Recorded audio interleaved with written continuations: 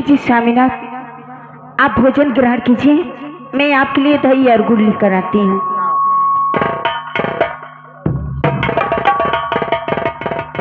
चलता हूँ, इस भोजन को माँ धरती के हवाले सौंप देता हूँ। आए माँ, आज तुम्हारा बेटवा तुम्हें पुकार रहा है। माँ मेरी पुकार सुन लो कि माता सुन ले बुआ हमारे और दिया हो।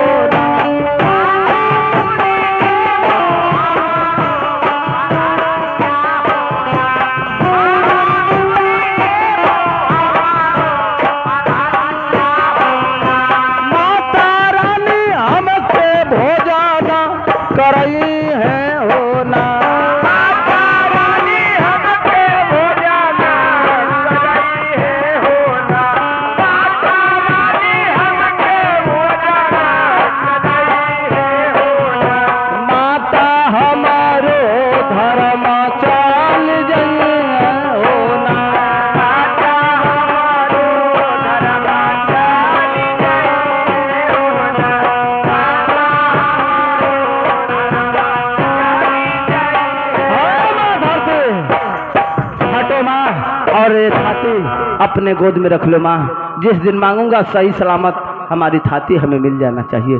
हाँ माँ धरती जाए हो।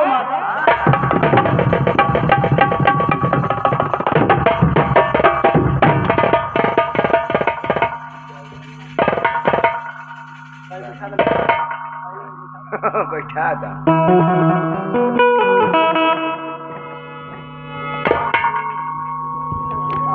लीजिए स्वामीनाथ, आपके लिए दही और गुड़ लेकर आई हूँ।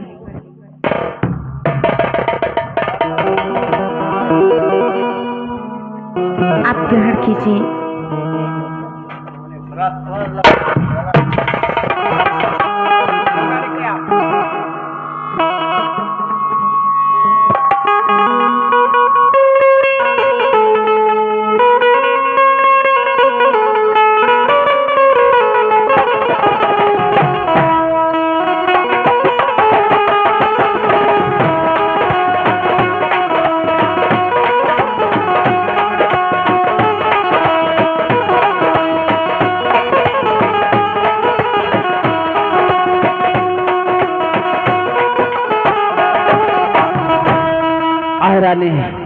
हाँ स्वामीनाथ, अब तो हमें जाने दो।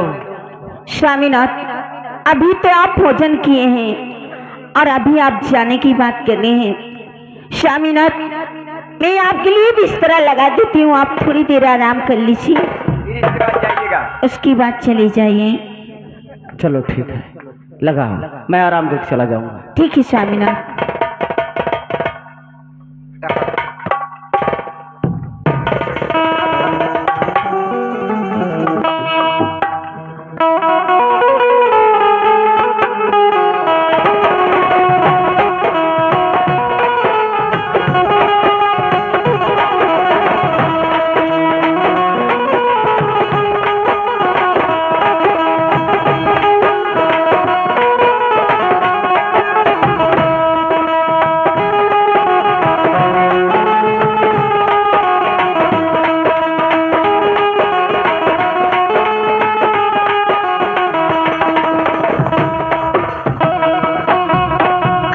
स्वामीनाथ, आपके लिए बिस्तरा लगा है, आप आराम कीजिए। ठीक है रानी।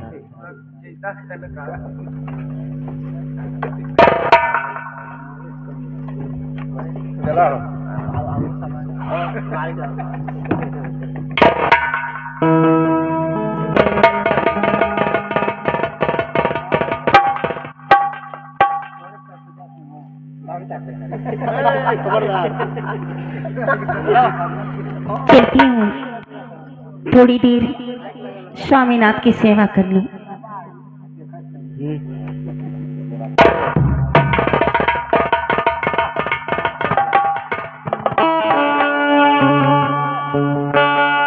अरे वो गली बाड़ी चंदा मामा, अरे वो गली बोया जोरिया,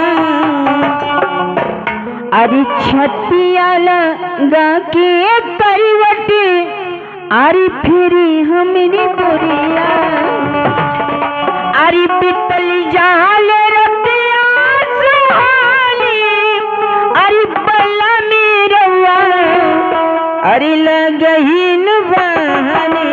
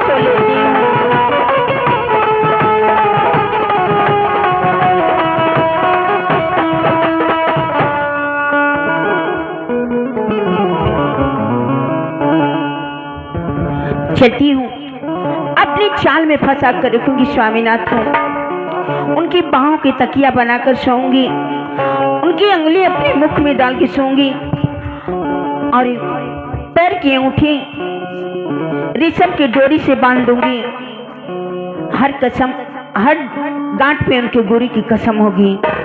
मेरे स्वामीनाथ कभी नहीं जा सकते मुझे छोड़ के, कभी नहीं जाएंगे।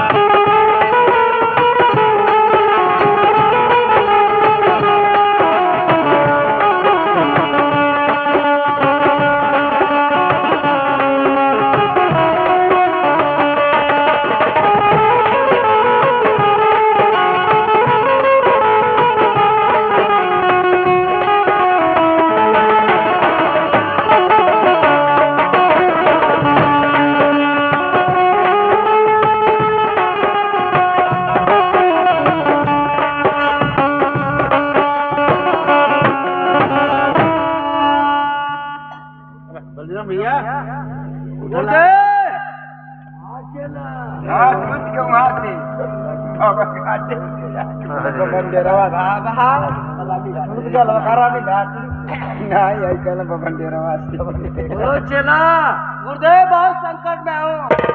संकट चला मेरी रानी अवंती रेशम के डोर से बात करो, हर घाट पर आपकी कसम धरा दिया है।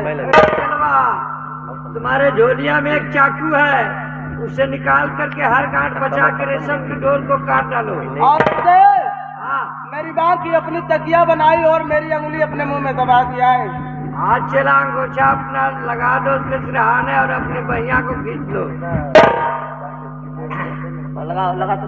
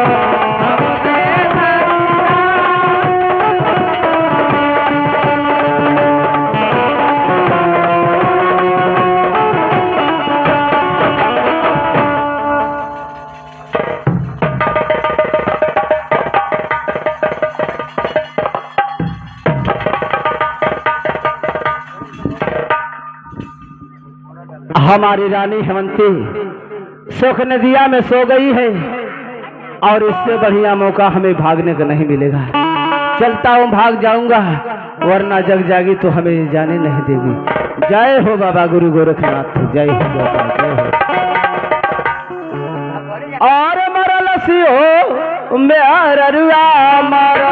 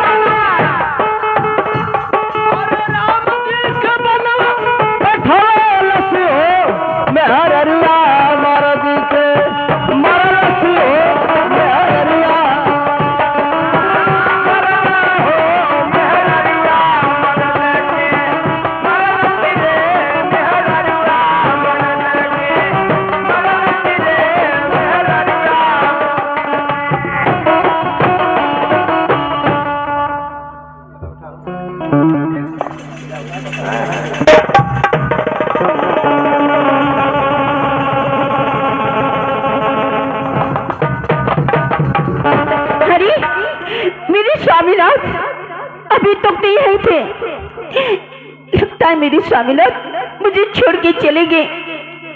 नहीं स्वामीनाथ नहीं,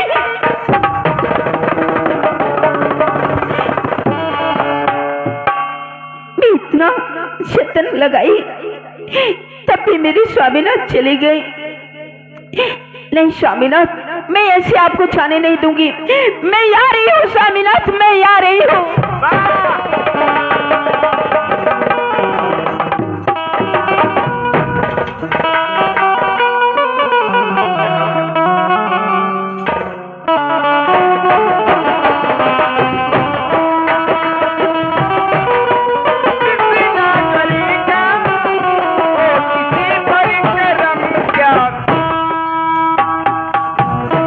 कि हमारी रानी हेमंती जग गई है और बहुत रफ्तार से हमारा पीछा करती आ रही है। हमें पकड़ लेगी तो जाने नहीं देगी, लेकिन सामने गंगे माँ दिखाई दे रही हैं। चलता हूँ, उस पार उतर जाऊंगा और हमारी रानी हेमंती हमें कभी नहीं पाएगी। जय हो बाबा गुरु गोरखनाथ, जय हो देवता, जय हो।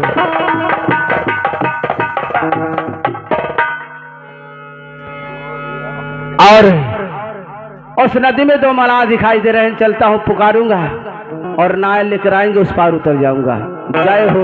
जय हो बाबा गुरु गोरखनाथ, जय हो। कि सोनवा से नीक मोरा आ रही रवा रे जरे गंगा के तीरावा।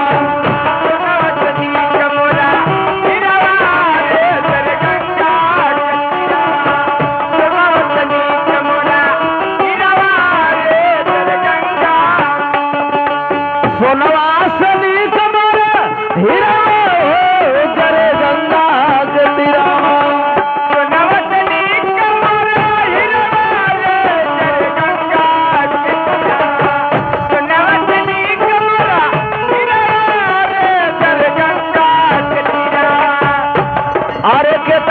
धीराज धारी हो केतना धीराज धारी मेरा रे जरे गंगा के तीरावा। धीराज धारी मेरा रे जरे गंगा के तीरावा। धीराज धारी मेरा रे जरे गंगा। और बनले बनावल भगवान के शरीरिया।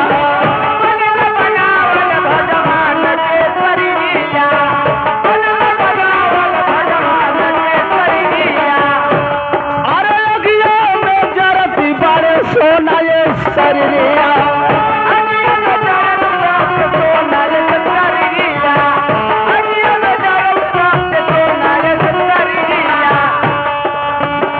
अरे रोवत बाल कुल हो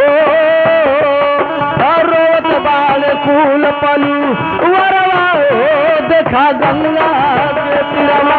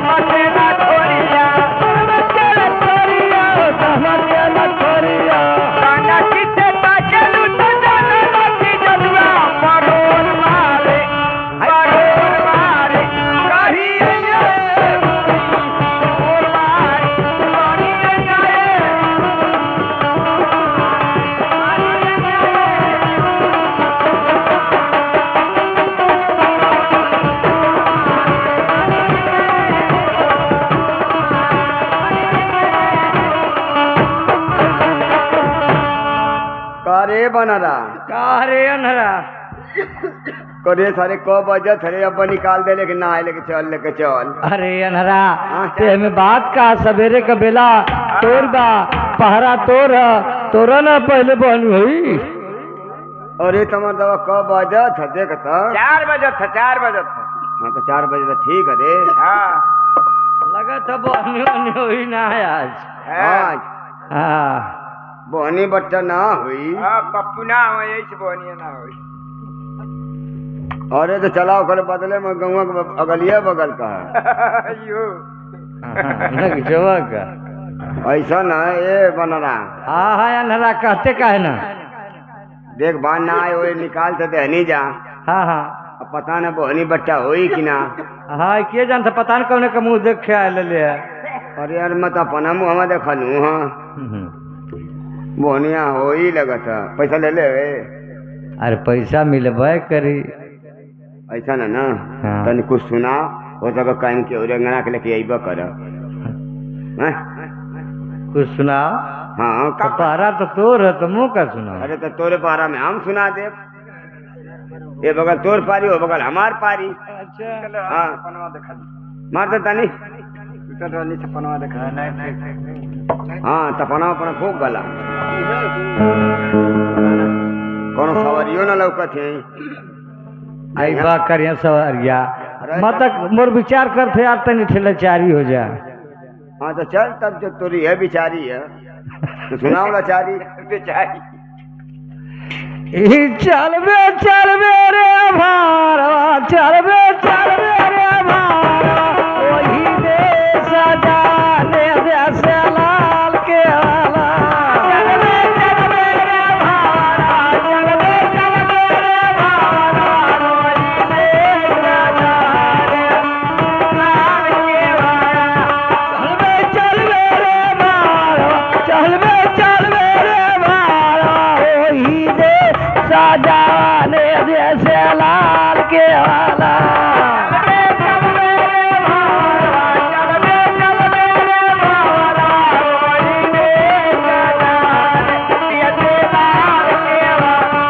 वही के वाला का शीतल बाबा राता सो जाइला मोर वाला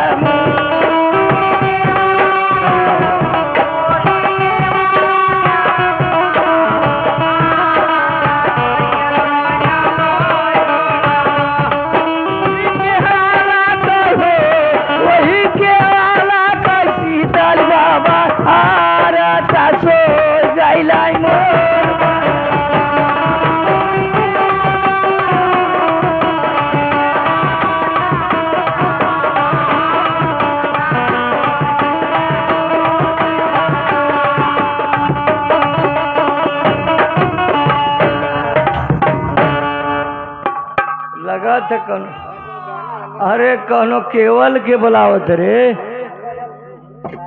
ए अनहरा हाँ कौनो केवल के बुलावत था ये गांव में केवल ना हमारे भैया गैया अरे सारे गैया है राय रे गैया कहदा गैया यार ना बात दो चार ठे साण रहला हमार के और कहली गरम रहल होई गैया ये खोजे कहो तो मोदी जोगी केन जा गाय वो सांड और का क्यों अलग जिम्मेवार हूँ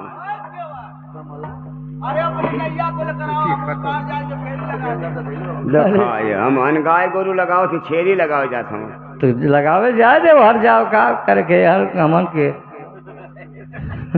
छेरी लगाओ चाहे भेड़ी लगाओ ए भैया के आवा तय सामने आवा देखा जा तू के सवारी लौका के कार्य लगत है सवारी है लेकिन वो भिखमंगा लगत है आवे दे नगी चमा तब था लगी ए भाई जल्दी आवा ओ मान के मड़ुआ डी जाए के भाई ई ना देखे समय के हाँ अरे भाई अपन नैया बैठा को हमें उस पार कर दो। अच्छा तो ओ अपार का कर देवा भैया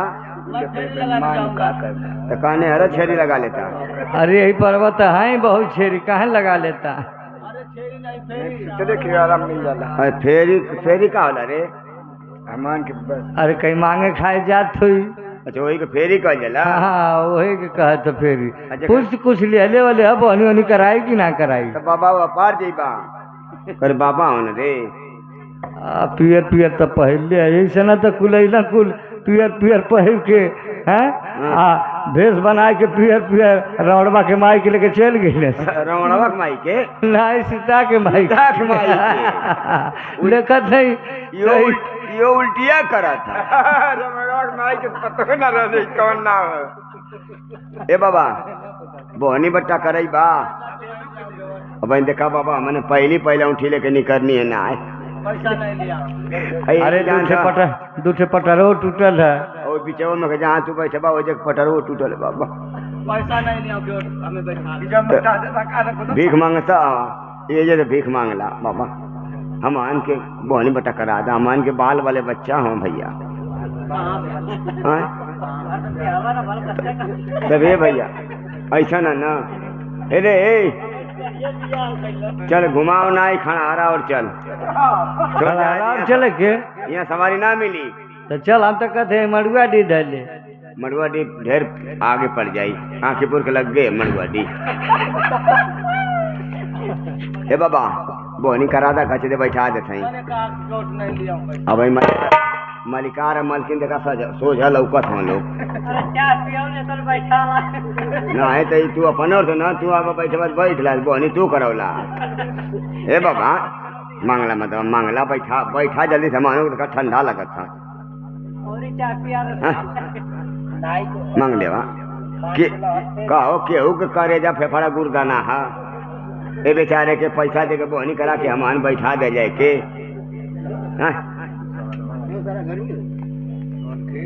देखा बाबा हम जो चाय पियन तौले तू बोहनी बट्टा करा ला आ जवन दिया लोग हमान तू ठौरी है जा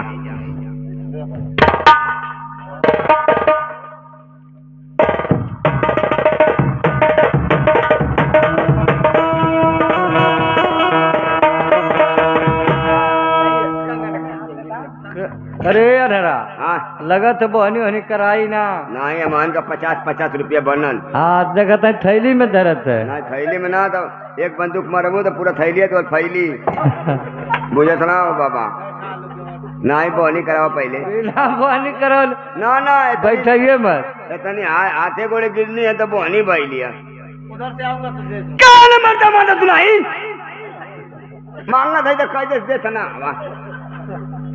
कौन सी है जोर लगा जल्दी से जा बैठा लो ऊपर से जैसे चिल्लाए लग पुले से बैठ के आज चल जा पुले में घूमत पानी मलकिन करौली हां ओके दे दा हम बाबा से लेबा ना बाबा बोहनी जब ना करेगा मातारी कसम कहते हैं मने जिद्दी है जा हाँ और से केहू ले उठल है आज ले हैं बीच में ना हमारे घरे मानी बीच में ना केहू लेला बीच में कर दादा एक टाइम रहना तो ये स्वर्गवास हो गई हाँ बीच में रह गई ना पागल है दा जल्दी से बैठा ये कुल गंदी बात है देखा बाबा पैसा दे के लालच ना बुरी लालच मत बढ़ावा तू साधु महात्मा आवा तू अगे तो मरदा तू नहीं कहीं मांग के खा के सुतरा बा हमार गरीब आदमी 5-6 लड़का वेठ में चल 10 अगीज खरीदे के मिल जाएगी ये बाबा ओ अर्ध के जाना तो तू जिएबा के हमान रह जाई आऊंगा जरूर अइबा न करबा मातारी कसम का ई ना ए बाबा दे दा आऊंगा तो नहीं नहीं छोड़ ना ए बा ए ले चल ना घुमाई बैठी है ना अब बैठिए ना चल कुर्बानी हो गई ना चल उधर से दुन्ना दे दूं का हमके दुन्ना ना चाहिए मुन्ना उतना दे दा वही पे आंख टिका लिया अगर बैठबा कि बोला कि घुमाई ना आए चलो भैया इना बैठी है यो हरमिया लगत हम चल घुमाओ ना ले चलो हैं? पैसा देबा तो बैठबा बोहनी करावा फर दे देखा बाबा ये बोहनी ना कराई चल तो ले कॉलेजगंज कर दे चल देखा बाबा निचपना काम ना कर जला पैसा पौला हुआ कम पियत रहा बाबा जब ले दी है ना पैसा तो बैठाई ना ही रहे था भैया इतनी पर हम भूखल नहीं देता थैलिया में से 200 नोट जबले पैसा ना देबा नहीं तू लिए हम रिपेयर कर देबा दा वही काम बना देबा तू पैसा देबा कि ना देबा कि मन घुमावे 50 को दे काहे देता 50 को बाबा के लालच बढ़ गई 50 रुपए दे दा मान की बाबा 50 दे देना 50 दे देना बाबा 50 रख ला बाबा इतनी आरामपना मत कर बाबा हाँ वैसे तो साधु महात्मा लेना चल तो उसमें साधु सारे आरामी हो ना तो तू मत आरामी बना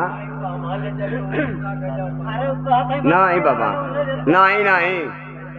नहीं मैं इतनी मेहनत करके तुम्हें पैसा दिया नहीं हाँ हाथे गोले गिर के और तू डाणी मारता और से हमारे दूसरे चल जाइए हमारे एक का घाटे बना ना जला अरे बेटा आए कहो अनहरा अरे बता मैंने यहीं पर आ जाइए है ना ना यार ना मन को पार चल के दूसरे घाटे पर ना बाबा हमान के सीसी पिए के मन करत था हमान के 50 रुपया देबा 30 रुपया कैसे मन मांगल जाई केहू ना दे हो तेरा सब मुड़ी हिलावत हां तू अइबन करबा तू देबा कि निकारी हमारे बंदूक वाला मला है चिड़ैयो मारल है मौका से ना मिले मछली तो चिड़ै मार देंगे वह बतिया कहते चिड़ै ना मिले तो गिरे ही मार देंगे ना बाबा तू आज पैसा ना जौन पैसा पौला तवन दा ना जौन पौले तवन दा ना ही हमान की ई कुलना बाबा ने ए बेटा ए भैया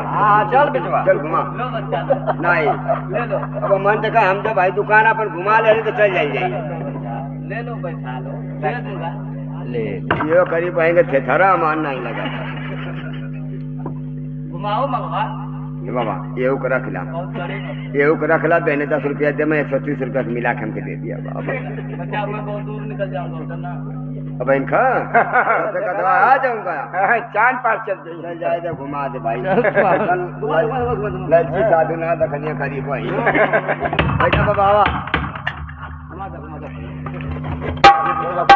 आए केवट हमारी बात सुनो हाँ उधर से कोई मेहरारू आए तो नैया मत बैठाना ठीक है वो मेहरारू नहीं डाइन है तुम दोनों को खा जाएगी तुम्हारी नैया गंगे माँ में डूब जाएगी मारदावा मलाइन रहे चाहे चमाइन रहे सबके बैठा दे जाई नहीं बचवा मत बैठाना और हमें जल्दी से पार कर दो चला पैसा हाँ बहुत जल्दी बताना मत कि इसमें कोई है नहीं ठीक है जल्दी नहीं बाबा पूरा फैल के सुता है में और मत पटरवा टूटल ओरा हाँ ओरा रहिया नीचे चलेगा नीचे हाथ लगा लिया एगो किल्ली नहीं कर लिया सीधा दिल्ली चल जाएगी ए बावरे ये बन रहा चल चल जा ना घुमा ले चल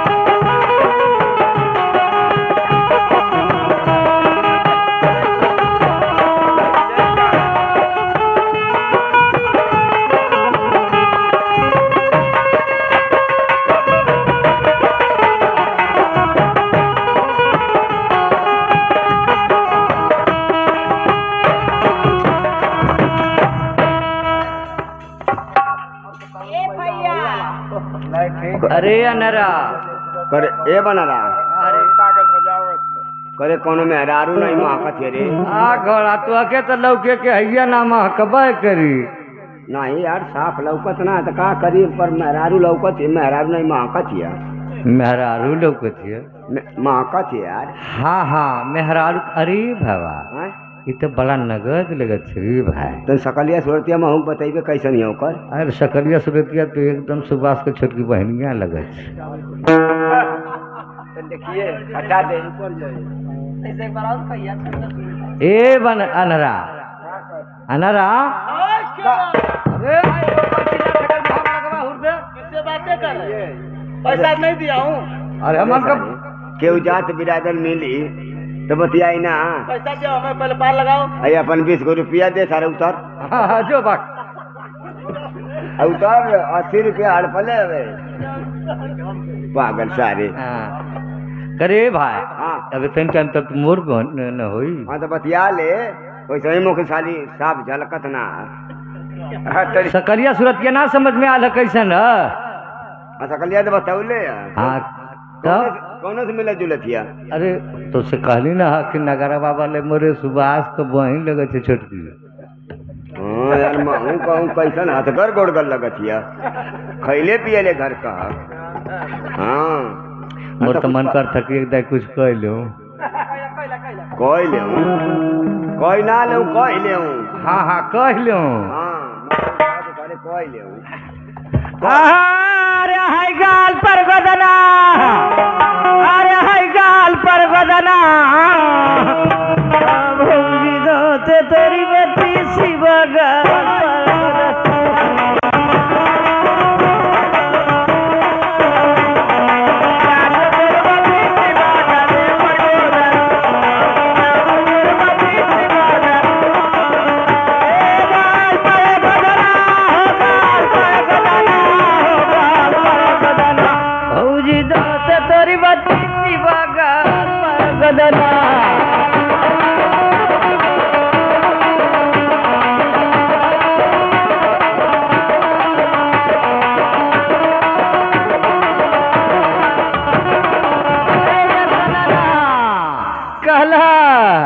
अरे फुलवा हजारी कासे लगवलो लगवली ओसे जिया लगवली से जिया न सोवे आईनी रे खई जबना भौजी दोत तुरी बत्ती शिवगा